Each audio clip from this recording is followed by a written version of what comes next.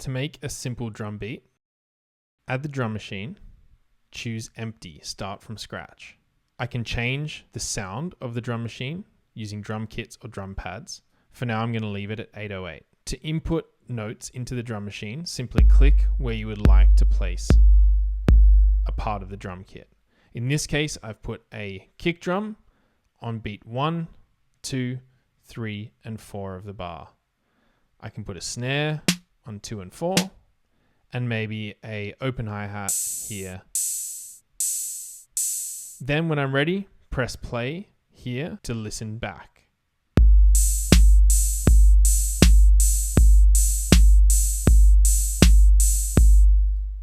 If I'm not sure what the parts of the drum kit sound like, I can use the letters here.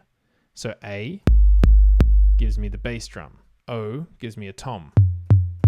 F, the snare. I, a high tom.